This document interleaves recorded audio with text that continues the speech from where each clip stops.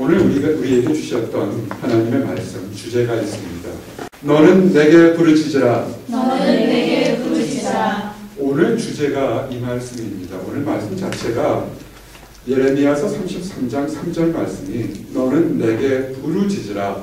내가 내게 응답하겠고 내가 알지 못하는 크고 은밀한 일을 내게 보이리라. 아멘. 오늘 여러분들이 여러 가지 마음으로 이 자리에 오셨을 줄 압니다. 기쁜 마음 또는 보통의 마음 또는 한 주간 동안 있으면서 초조한 마음 여러 가지 마음이 있었을 줄 압니다. 하나님께서 우리를 부르셨을 때는 더 좋고 축복된 마음이 크기를 원합니다. 그래서 혹시라도 기도할 것이 있거나 감사할 것이 있으면 더 커지기를 원합니다. 그럴 때 오늘 주제가 뭐냐면 하나님께 부르짖으라 이런 주제의 말씀으로 증거가 되어 있습니다. 그런데 이렇게 말씀하신 하나님은 한마디로 어떻게 표현할 수 있냐면 찬양받기에 합당하신 하나님 이렇게 표현할 수 있습니다. 우리가 힘들고 어렵지만 그러나 하나님은 우리를 어떤 환경 속에서도 우리를 지켜주시기 때문에 찬양받기에 합당하신 하나님이 됩니다. 로마서 11장 36절에 이렇게 증거되어 있습니다. 모든 만물이 주에게서 나오고 주로 말미암고 주에게로 돌아가니라. 영광이 그에게 세세에 있으리라. 아멘. 하나님께 영광이 영원토록 있을 거라고 성경은 기록됐습니다. 그래서 오늘 여러분들이 말씀을 들으시면서 두 가지를 생각하시면 됩니다. 무엇이 하나님이 영광이 영원토록 이렇게 가도록 하는 하나님의 특성이 무엇인가 이것에 대해서 여러분 생각하시길 원합니다. 그러면 이렇게 칭찬받기에 합당하신 하나님과 나하고는 어떠한 관계성이 있는지 나는 무엇 때문에 하나님을 찬양할 수 있는지 이 두 가지를 생각하시면서 말씀 듣기를 원합니다. 오늘 특별히 하나님에 대해서 증거하게 되는 이 설교 시간은 너무나 짧습니다. 그래서 거꾸로 오늘 이 시간에는 하나님에 대해서 그 많은 걸 다 증거할 수 없기 때문에 우리가 생각해 볼 수 있는 가장 몇 가지를 한번 증거하기를 원합니다. 그 중에서 어떤 것이냐면 하나님은 다 모든 것을 하실 수 있는데 거꾸로 하나님이 하실 수 없는 세 가지를 여러분에게 증거하면서 이 말씀이 오히려 여러분에게 은혜가 되기를 원합니다. 하나님이 못하시는 것이 세 가지가 있습니다. 무엇인지 아십니까? 그 첫 번째는 뭐냐면 야고보서 1장 13절에 보니까 하나님은 악에게 시험받지도 아니하시고 친히 아무도 시험하지 아니하시느니라. 아멘. 하나님이 하지 못하시는 건 뭐냐면 죄를 짓지 못하신다는 겁니다. 하나님은 선하십니다. 인간과의 약속이나 또는 사람과의 관계에서 보면 처음에는 다 잘해주고 모든 것을 해줄 것 같지만 어느 한순간에 배신하고 버리고 참 잔인한 일들이 참 많습니다. 그런데 하나님은 한 번 약속한 것은 그 상대방이 잘하든 못하든 그대로 지킨다는 겁니다. 이것만큼 큰 위로가 우리에게 없습니다. 왜냐하면 하나님은 온전하시기 때문에 악한 것으로부터 시험받지 않습니다. 우리가 기도응답을 위해서 참으로 많은 이렇게 요청을 합니다. 지난주에 우리 사랑방 모임이나 금요철야 예배 모임에 나온 분들에게는 증거했지만 큰 기도응답들이 참 많이 있었습니다. 10여 년을 기도했는데 기도했던 것이 함께 기도해서 중요한 논문이 발표한 사람이 있었습니다. 또한 지난주에 우리가 함께 모여서 국제 콩쿠르에 나가는 사람을 위해서 기도했는데 국제 콩쿠르에 2등으로 입상했습니다. 상이 얼마나 큰지 군대 문제도 해결될 거라고 그런 얘기가 들리고 있습니다. 자, 그런 문제가 이렇게 큰 상의 기도응답을 받았을 때 그러면 여기서 멈추는 것이 아니라 이 다음에 있습니다. 겸손하느냐 교만하느냐의 갈림길에서 사람들이 많은 시험을 들게 됩니다. 계속 겸손하면 계속 기적 같은 일들이 계속 일어날 수 있는데 사람이라는 것이 항상 연약해서 잘 되면 감사하지 못하고 넘어질 때가 참으로 많습니다. 시험 듭니다. 근데 성경은 뭐라고 하나님을 표현하냐면 하나님은 시험받지 아니하신다 그랬습니다. 완벽하시면서 그 완벽한 신분이 겸손하기 때문에 악한 것으로부터 유혹받지 않는다는 겁니다. 이것이 하나님이 하실 수 없는 첫 번째입니다. 하나님이 못하시는 것 두 번째는 뭐냐면 디모데후서 2장 13절에 보니까 우리는 믿음이 없을지라도 주는 이러한 믿으시니 자기를 부인할 수 없느니라. 아멘. 이 말씀이 무슨 뜻이냐면 한번 약속하신 것을 부정하지 못한다는 겁니다. 사람은 내가 이것을 해줄게, 내가 이것이 응답받으면 이렇게 하겠습니다라고 약속하고 기도하고 부르짖지만 어느 순간에 이루어지고 나면 내가 잘해서 그런 것처럼 교만하고 넘어지고 그런 것이 있나 하고 생각하고 자기 자신을 거짓으로 감쌀 때가 많습니다. 그러나 하나님은 그렇게 하지 않습니다. 내가 너를 사랑한다고 약속하면 그 사람이 지금 잘하건 그 사람이 넘어지건 그 사람이 어떤 환경 속에도 하나님은 그 약속을 지킵니다. 아멘. 그리스도의 보혈로 여러분의 죄를 용서받았습니까? 아멘. 이것이 엄청난 축복입니다. 하나님의 약속이었습니다. 누구든지 그리스도 안에 있으면 새로운 피조물이라 보라 이전 것은 지나갔으니 새 것이 되었도다. 아멘. 우리가 그리스도 안에 있지만 때로는 넘어지고 엎어집니다. 그래서 세상 사람들은 교회를 다니면서 왜 저러냐고 조롱할 수도 있습니다. 맞습니다. 조롱당할 만큼 또 우리가 부끄러운 행동을 할 때도 있습니다. 그런데 하나님은 우리를 조롱하지 않고 그 부끄러움을 오히려 감싸고 다시 일으킬 힘을 우리에게 주십니다. 아멘. 하나님이 못하는 것 세 가지가 뭐냐면 로마서 11장 29절에 있습니다. 하나님의 은사와 부르심에는 후회하심이 없느니라. 아멘. 여러분을 하나님을 알지 못하던 때에 이렇게 하나님을 믿는 사람을 불렀던 것에서는 하나님께서 후회하지 않는다는 것입니다. 아멘. 여러분이 그리스도인이 됐을 때 여러분이 잘했을 때 하나님 기뻐하십니다. 그러나 여러분이 못한다 할지라도 여러분을 크리스천으로 불리는 그것을 없던 것으로 하지 않겠다는 것입니다. 우리의 축복을 기억하시기 바랍니다. 아멘. 택한 백성은 하나님은 버리지 않으십니다. 아멘. 그러면 하나님께서 이러신 분이라는 것을 우리가 알 수가 있습니다. 절대로 죄를 짓지 못하고 함께 우리에게 약속한 것을 반드시 지키시며 비록 우리가 부족할지라도 우리를 버리지 않는 하나님이라는 그런 신실한 하나님이라는 것을 우리는 알 수 있습니다. 이제 그러면 여러분이 하나님께 부르짖기 바랍니다. 오늘 본문 말씀에 부르짖으라라는 말씀은 원래는 원문은 가라 이렇게 되어 있습니다. 이것은 뭐냐면 그냥 하나님 도와주시옵소서 이런 것이 아니라 절규하라 이렇게 표현되어 있습니다. 아멘. 여러분 마음속에서 답답하고 어려운 것이 있습니까?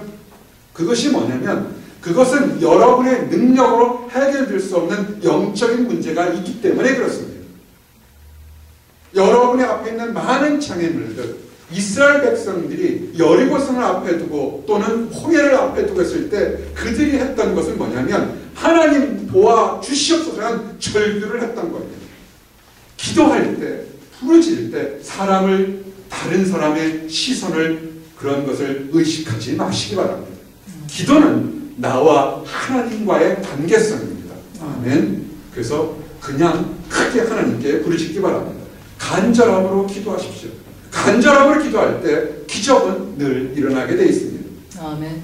오늘 간절함으로 부르짖었던 두 사람의 예를 들면서 여러분이 어느 곳에 있는지를 한번 보기를 원합니다.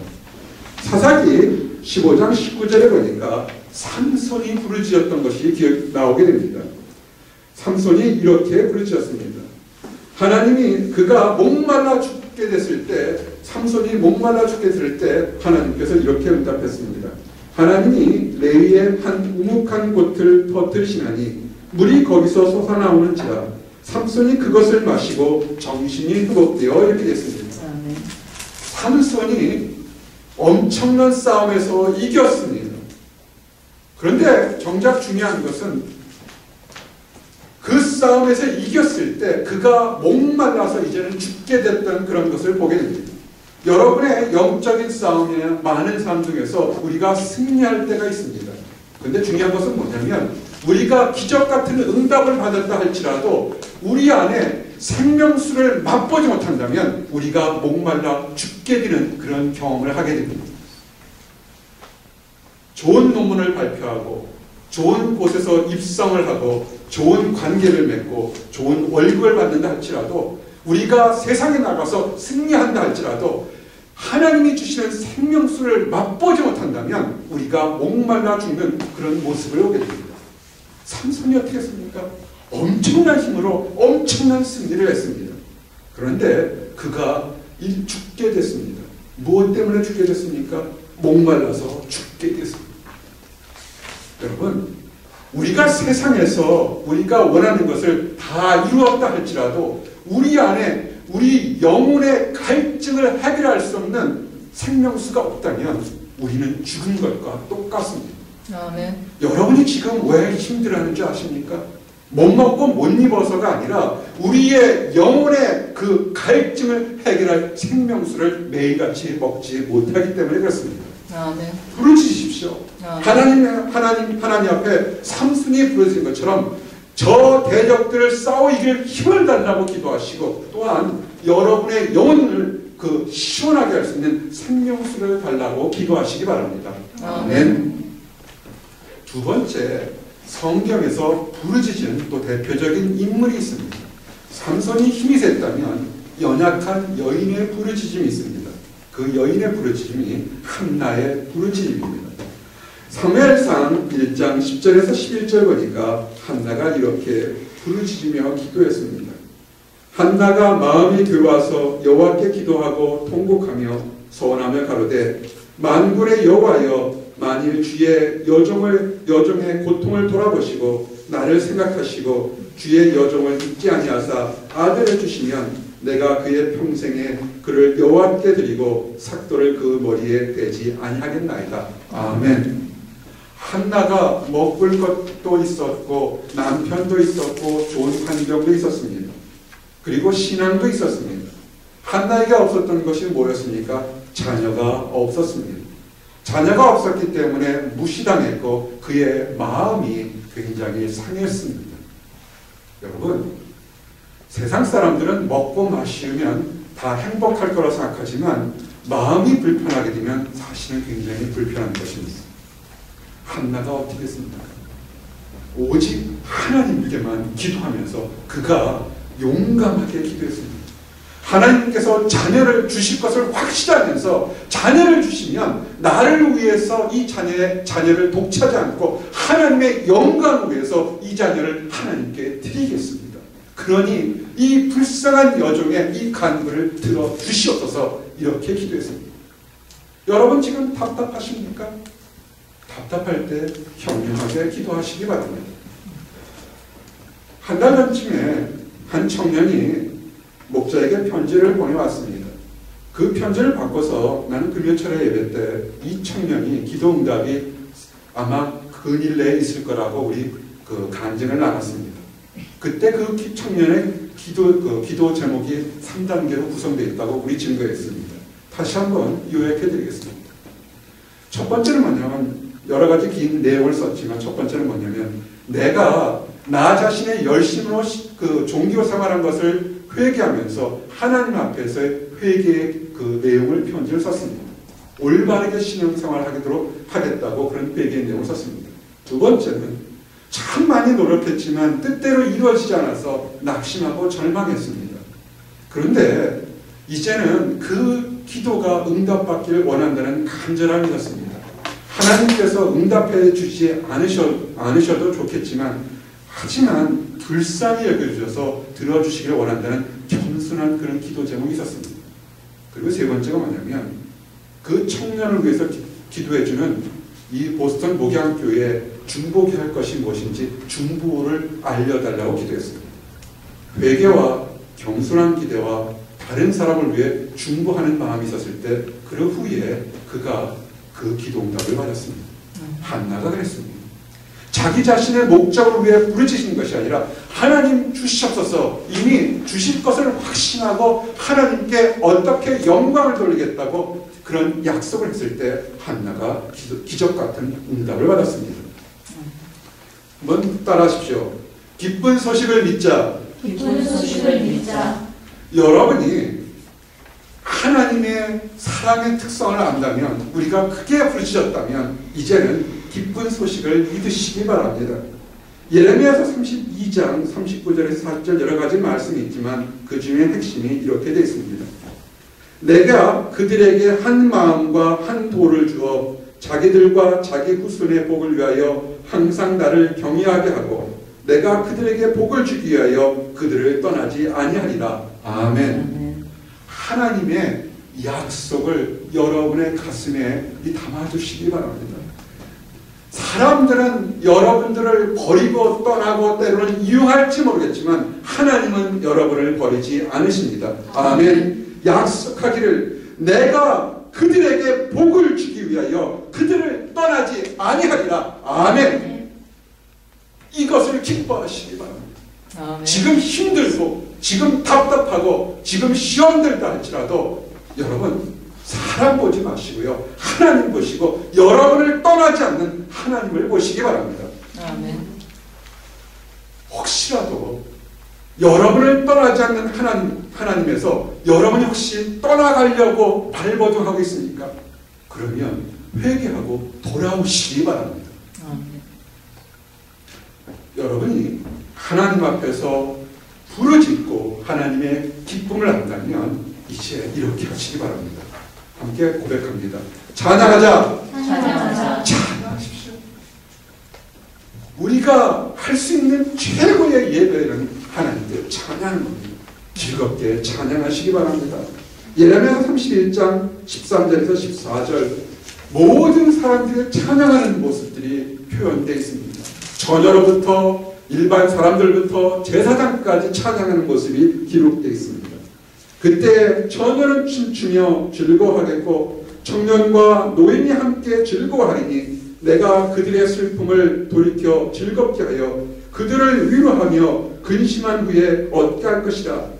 내가 기쁨으로 제사장들의 심령을 흡족해 하며 내 은혜로 내 제사 백성에게 만족해 하리니 여호와의 말이니라. 아멘. 여러분 하나님께 소망을 두고 부르짖으면 하나님은 반드시 응답하십니다. 하나님께서 원하시는 것은 여러분의 겸손함과 하나님께 찬양을 하나님은 원하십니다. 이제 말씀을 요약합니다. 너는 내게 부르짖으라. 여러분 크게 부르짖으십시오. 기도할 때 찬양할 때 사람을 신경 쓰지 말고 오직 여러분을 결코 떠나지 않는 하나님만을 바라보고 찬양하시기 바랍니다. 아멘. 그리고 수없이 많은 약속들을 기뻐하시기 바랍니다. 기뻐한다는 것은 그냥 내가 알고 나만을 가진 것이 아니라 그 기쁨을 다른 사람에게 전할 수 있는 것이 기쁜 소식을 갖는 것입니다. 아멘. 내가 기쁜데 나만 간직하고 있으니까 그것은 기쁜 것이 아니라 욕심입니다. 내가 기쁘면 그 기쁨이 나도 어쩔 수 없어서 입으로 절로 다른 사람에게 나누게 됩니다. 하나님의 사랑을 이웃들에게 나누시기 바랍니다. 기도하시겠습니다. 하나님 감사합니다. 너는 내게 부르짖으라. 아버지 말씀하심을 인하여 감사합니다. 이렇게 말씀하신 하나님이 한 번도 우리를 버리지 않으시고 우리를 축복하심을 인하여 감사합니다. 아버지 하나님, 하나님이 이 약속대로 모든 백성들에게 이 기쁨을 나눌 수 있도록 인도하여 주시옵소서. 우리가 기도응답 받을 때 오히려 겸손하게 하나님께 찬양할 수 있도록 허락하여 주시옵소서. 감사드립니다. 예수 그리스도를 받들어 기도했습니다. 아멘.